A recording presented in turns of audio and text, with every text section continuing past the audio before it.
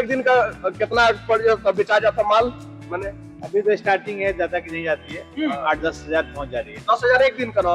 अरे कमा तो तू और हजार। यंग जनरेशन है हमारी, जो कि एक भेड़ की तरह दौड़ रही है। हमको केवल नौकरी पकड़ना है, सरकारी नौकरी जो कि मिलना नहीं है।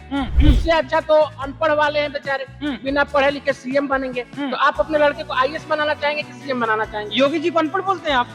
योगी जी पढ़े लिखे हैं। आप शुद्ध रूप से नशेड़ी हैं।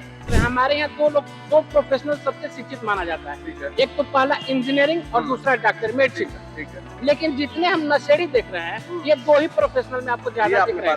सही कही है। चर्चा शुरू होला तो जब बातचीत नहीं होला, जब बकैती होला भरपूर। नमस्ते, इन खबर देख रहे हैं।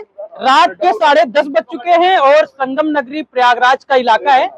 एक चाय की दुकान थी, लेकिन चाय नहीं मिली, कॉफी मिली पीने के लिए। और ऐसे ही खड़े। हाँ जी, काफी पियो यार। काफी पी। दूध है, चाय का टाइम खत्म हो गया, हल्दी दूध और दूध पीजिए। हाँ, अरे तो तू खा ले अब। हमें खाए जाना, थोड़ा पैसा कमाए, हमने कम कमाए। अरे कमा तो तू और हजार। देखो कमाई की बात हो रही, कमाई पे पहले बाद में लौटेंगे, क्योंकि पूर्वांचली लोग हैं तो बहस अच्छी होगी, लेकिन उसके पहले चाय। हाँ जी, बात ना ही बकैती हो रहा पूरा। ठीक है, प्रयागराज में है कि गुरु देखा बलिया का है, पड़ोसी है, हमें देवरिया वाला है। देखा पड़ोसी है के तो चर्चा शुरू होला तो जब बातचीत नहीं होला, जब बकैती होला भरपूर। और जब हाँ उन्हें हल्दी दूध है ना काफी है। ना जवाब खत्म होगा ना सवाल खत्म। ठीक है, सवाल जवाब करेंगे, लेकिन उसके पहले एक तस्वीर, क्योंकि हम लोग यहाँ पे खड़े थे, कॉफी पी रहे थे, तो दुकान का रेट पूछने लगे, क्योंकि 92 लाख वाली एक कचौड़ी की दुकान भी फेमस हुई थी। तो हमें लगा भैया से दुकान का रेट पूछ लेते। देखो पूछते हैं, कितना बताते, कितना रेट है भाई दुकान का? इधर पास आ जाइए। कितने की दुकान है खरीदा आपने? मान के चलिए भैया, हम लोग को लेते देते सब 5 लाख के आसपास पड़ गई है। एक महीने का रेट है, जब तक मेला तब तक। जब तक मेला रहेगा। 5 लाख की? 5 लाख लगभग। 5 लाख की है। और एक दिन का कितना बेचा जाता माल मैंने? अभी तो स्टार्टिंग है, ज्यादा की नहीं जाती है, 8-10 हजार पहुंच जा रही है। 10,000 एक दिन का ना? तो क्या मैंने आखिरी तक जाते जाते आप लोग पड़ता में रहेंगे कि घाटा होगा? ऐसा तो अगर ऐसे अंदाजा लगाया जाए तो 2 महीने में 6 लाख 7 लाख। मौसम के अकॉर्डिंग है, ठंड बढ़ी तो फिर नुकसान होगा, अगर नहीं बढ़ी। महाराज एक दिन का आप बताए हैं 10,000 रुपया, इसे 3 लाख रुपया हो गया। बिक्री है, प्रॉफिट अलग होता है। हाँ मान लीजिए 3 लाख हो गए। 1500 रुपये प्रॉफिट पर डे। बस कितना? 1000 रुपये तक। बस 10,000 का माल बेचे तो 1000 रुपये प्रॉफिट है। क्या कि चाय और जो है ये। ठीक है राघवेंद्र जी, गुड़ा गड़ी तुमने लगा लिया, कहीं ना कहीं प्रॉफिट में जा रहे हैं भाई साहब। हाँ लेकिन समस्या है ना कि ग्राहक, क्योंकि आप तो पत्रकार खुद हैं, तो कैमरे तो सवाल ये उठता है ना कि ग्राहक कितने आ रहे हैं। ग्राहक अगर बढ़ेंगे तब ये फायदे में जाएंगे। सरकार के आंकड़े तो 7-8 करोड़ लोगों को बताए जा रहे हैं। नहीं देखिए, 40 करोड़ की बात हुई है, 40 से 50 करोड़ पूरे कुंभ के दौरान। 1.5 महीने मेला जो मैंने 13-14 की बात की। ठीक है, तो प्रतिदिन के हिसाब से देख लिया जाए तो मान के चलिए हर रोज 1 करोड़ लोग। तो अब उसमें ये है कि इनके दुकान पे कितने संपर्क कर पाते हैं। जैसे हम लोग इधर से गुजर रहे थे, देखेगी तो काफी पीते पीते वार्तालाप शुरू हो गई। भाई साहब ने एक बात भी बोली कि ठंड जैसी रहेगी, क्योंकि जैसे डॉक्टरों को होता है ना, जितने बीमार होंगे उतना फायदा, तो ठंड जितनी रहेगी। चाय और काफी के बीमार, जैसे देखिए पूरे रास्ते हम लोग टहलते हुए जा रहे थे, चाय देखे तो ललच गया मन। तो ठीक वैसे ही जितने बीमार कल है वो जैसे ही देखेंगे झोंके में आएंगे चाय और कॉफी पीने। तो अब जितने लोग आएंगे उतना इनको फायदा होगा। 5 लाख की वसूली कर लेंगे लगभग। आप महाराज, आपकी दुकान है? जी हमारी है। तो आप कुछ गुड़ा गरीब बताइए ना। बाकी आपके गुणा गरीब में क्या है कि हम लोग किए हैं, और आदमी जो भी बिजनेस करता है पॉजिटिव थिंकिंग से करता है। हम लोग की सोच है और हम लोग अच्छा इनकम करेंगे, ये अपने एक दिल में विश्वास है। इससे 2 फायदे होंगे। एक तो हम लोग सेवा भाव से कर रहे हैं, ठीक है, तो एक हमको सेवा करेगा। और दूसरी चीज ये जो यंग जनरेशन है हमारी, जो कि एक भेड़ की तरह दौड़ रही है। हमको केवल नौकरी पकड़ना है, सरकारी नौकरी जो कि मिलना नहीं है। क्योंकि किसी की भी गवर्नमेंट आएगी 2 से 3% लोगों को छोड़ के बाकी लोगों को गवर्नमेंट जॉब देनी चाहिए।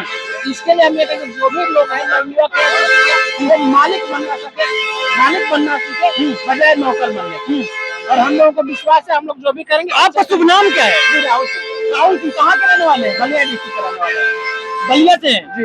राहुल जी एक बात बताइए, आपने रोजगार के मुद्दे को छेड़ दिया, तो कहीं ना कहीं युवा तमाम प्रदर्शन कर रहा था सरकारी नौकरी के लिए, ये आपके कौन लगते हैं? ये हमारे भाई हैं। आपके भाई हैं। जी मान लीजिए 2 महीने तक तो चाय की दुकान अच्छे चलाएंगे, जी, जी। 5 लाख लगाया तो उन्होंने बोला प्रॉफिट निकाल लेंगे, 2 महीने बाद क्या करेंगे ये?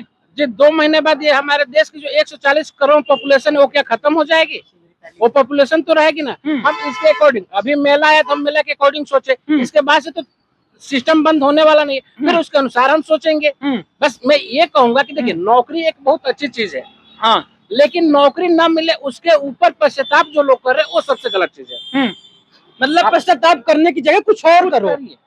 जी कुछ भी करिए आप। हाँ, ये तो चाय पे चर्चा जैसे मोदी जी करते वैसी वाली चर्चा हो गई। हम तो सोच रहे थे नॉर्मली नॉर्मली। जी चाय पे चर्चा करते हैं, वो अच्छी बात करते हैं। देखिए क्या होता है, आपको पढ़ा के या पढ़ के आपको बनना क्या है? एक कोई ऐसा पद बताइए जो आप बनना चाहते हैं। एम होगा हमारा, कोई उद्देश्य कोई होगा। आपका क्या उद्देश्य हो सकता है?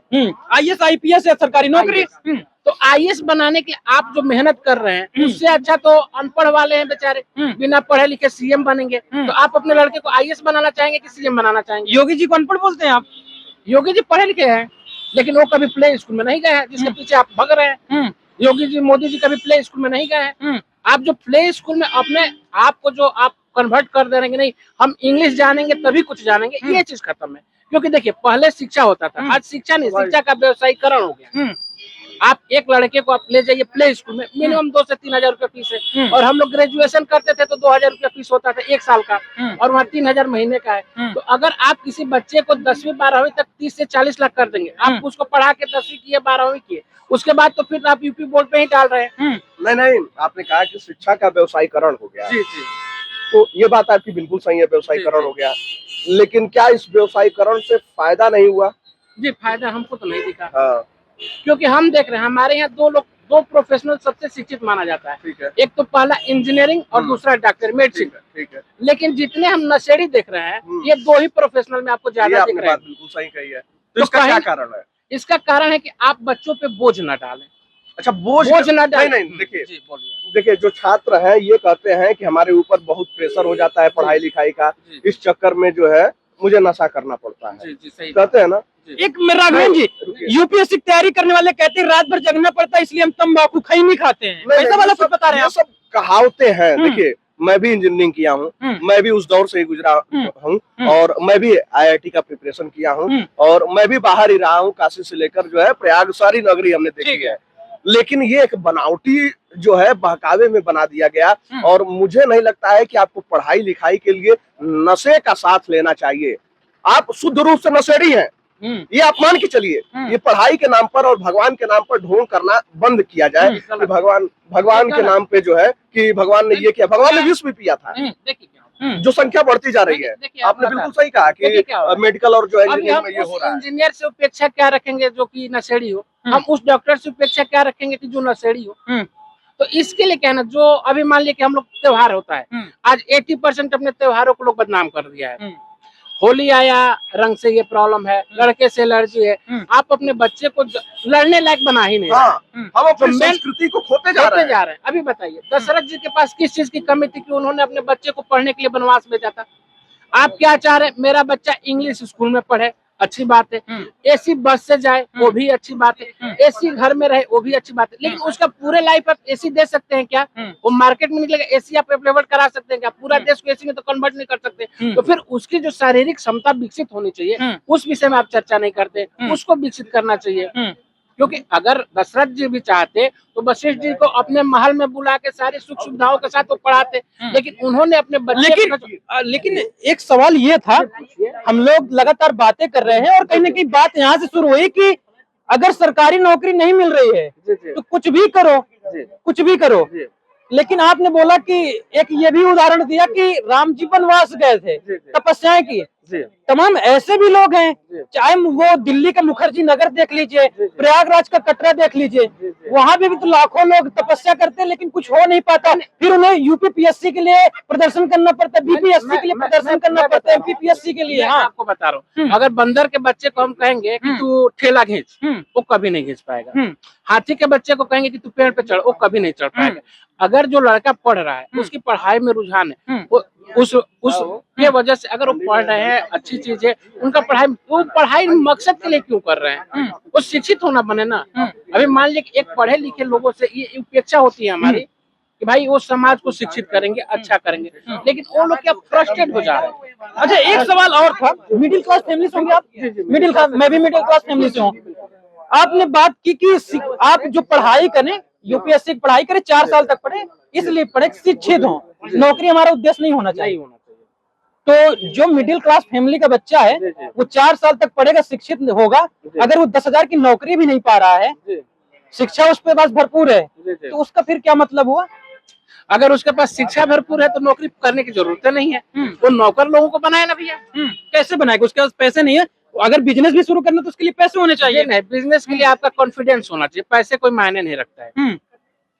ये थोड़ा सा मैं आप इस बात से असहमत हूँ आपके। क्या हो गया? आप राघवेंद्र जी जैसे ये बोल रहे हैं कि बिजनेस करने के लिए पैसे की नहीं, शिक्षित होने की जरूरत है। यूपीएससी करने वाला 4 साल यूपीएससी करता है। ये बात इन्होंने आप सही बोली है, कॉन्फिडेंस की। नहीं, आत्म देखिए, खुद पर विश्वास होना, आत्मविश्वास, बिल्कुल आत्मविश्वास होना जो है वो बहुत बड़ी बात हो जाती है। अगर आपको अपने ऊपर आत्मविश्वास है तो आपको तैरने भी नहीं आ रहा है फिर भी गंगा में डुबकी लगाने की मान्यता रखते हैं आप। मूर्ख होंगे तब आप डुबकी लगा लेंगे, लेकिन अगर होशियार होंगे, अगर तैराकी नहीं भी आती होगी तो भी अपने अंदर क्षमता रखते होंगे 10 लोगों के सामने कि हाँ मैं लगा लूंगा डुबकी और मैं तैर भी लूंगा। तो वो होता है आत्मविश्वास। आपने कहा कि पैसा नहीं होगा तो क्या व्यवसाय हो पाएगा? देखिए, इन्होंने आखिरी शब्द जो इस्तेमाल किया, आत्मविश्वास, वो सबसे बड़ी बात है कि आत्मविश्वास होगा आपके अंदर तो आप कोई बिजनेस कुछ भी कर सकते हैं। और कहीं ना कहीं आज की जो समस्या है, बिल्कुल युवा तैयारी कर रहा है, नौकरी नहीं मिल रही है, तो उसके बाद क्या होता है ना कि पिताजी और माताजी बड़ा कष्ट से ना बेटवा बाहर पढ़ रहा है तो किसानी कह के यही तो मिडिल क्लास भेजा जा रहा है। लेकिन क्या होता है कि 3 अटेम्प्ट है, 4 अटेम्प्ट है, या आप देखिए अटेम्प्ट घटाया जाता है तो उस पर भी सवाल उठता है।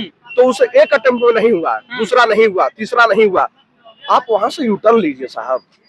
आपके अंदर जो ललक है, ठीक है, आपकी ललक का हम सम्मान करते हैं, लेकिन नहीं हो रहा है तो छोड़िए, प्रभु ने वो रास्ता जज्बे को डाइवर्ट करते। बिल्कुल। हम देखिए, लोग कहते हैं कि 2 नाव पे सवारी, 2 नाव पे चढ़ना मतलब फटना, ठीक है, लेकिन आपको 2 रास्ते जीवन में चुनने पड़ेंगे अगर आप कामयाब होना चाहते हैं। प्लान भी तैयार होना चाहिए। प्लान भी तैयार होना चाहिए। मैं एग्जांपल दूंगा, दूसरे की बात अपनी बात बताऊंगा। इधर जो भी खड़ा हुआ हूँ, अपने घर से मात्र 300 रुपया लेके गया और मैंने बिजनेस किया, सब कुछ किया। आप अपने अंदर का जो कॉन्फिडेंस पालेंगे कि मैं ये कर सकता हूँ, तो फिर आपको किसी के पीछे नहीं। आप यूपीएससी, आईएएस, सब बड़े पद है, तो भाई जब हमारे यहाँ अंगूठा छाप लोग सीएम तक जा सकते हैं, तो फिर आप आईएएस का मतलब क्या समझ रहे हैं? मतलब उस सेल्फ कॉन्फिडेंस की वजह से आज पहुंच गए। अगर आप क्या रहे हैं, आज की जनरेशन क्या है कि आप चाह रहे कि मेरा लड़का मेहनत करके आईएएस बन जाए, आप नहीं चाह रहे कि मैं लालू बन जाऊं कि मेरा लड़का बिना कहे सीएम बन जाए, मैं मुलायम बन जाऊं कि मेरा लड़का कहे बिना सीएम में बना दूं। तो आप वो अपना कॉन्फिडेंस लाइए ना, मैं करूं, मेरा लड़का ही क्यों करे। मैं तो अपने आज भी कहता हूँ कि मुझे अपने लड़के को नौकरी के पीछे नहीं भगाना है, उसको इंग्लिश से दूर करके पढ़ाना है, इंग्लिश मीडियम में नहीं भेजना है।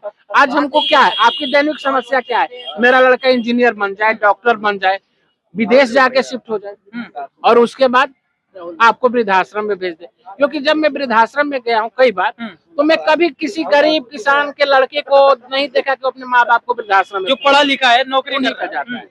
मैं कभी भी, जो आजकल हमारा प्रोफेशनल हो गया, लड़के को जो तलाकें हो रही हैं वो भी अनपढ़ लोगों में कम हो रही है, पढ़े लिखे लोगों में कम हो रही है। तो इससे कहीं ना कहीं हमको ये सबक लेने चाहिए कि जो हमारी शिक्षा है कहीं ना कहीं गलत मोड़ पे जा रही है, क्योंकि जितनी बुराइयों को जन्म दे रही है वो शिक्षा ही दे रही है। मतलब शिक्षा नहीं गलत, तरीका गलत है। तरीका गलत है, मैं ठीक है, शिक्षा को गलत नहीं कर रहा हूँ। ठीक है, तो यहाँ पे देखा बलिया और देवरिया के थे और शुरू में ही बता दिया गया था, ना तो सवाल खत्म होगा ना जवाब। आपके सामने एग्जाम्पल था, क्योंकि चाय से चर्चा शुरू हुई थी और ये चर्चा देश के टॉप लोगों तक पहुंच गई। शुरू हुई थी, पैसा देकर खत्म होगी। बिल्कुल पैसे दिए जाएंगे। तो ये हमारे साथ राघवेंद्र जी थे, जिनको आप लगातार इन खबर में देखते रहते हैं। और इस वक्त हम लोग संगम नगरी प्रयागराज में, क्योंकि संगम नगरी प्रयागराज से भी आप तक ये सारी फीड पहुंचानी थी। धन्यवाद।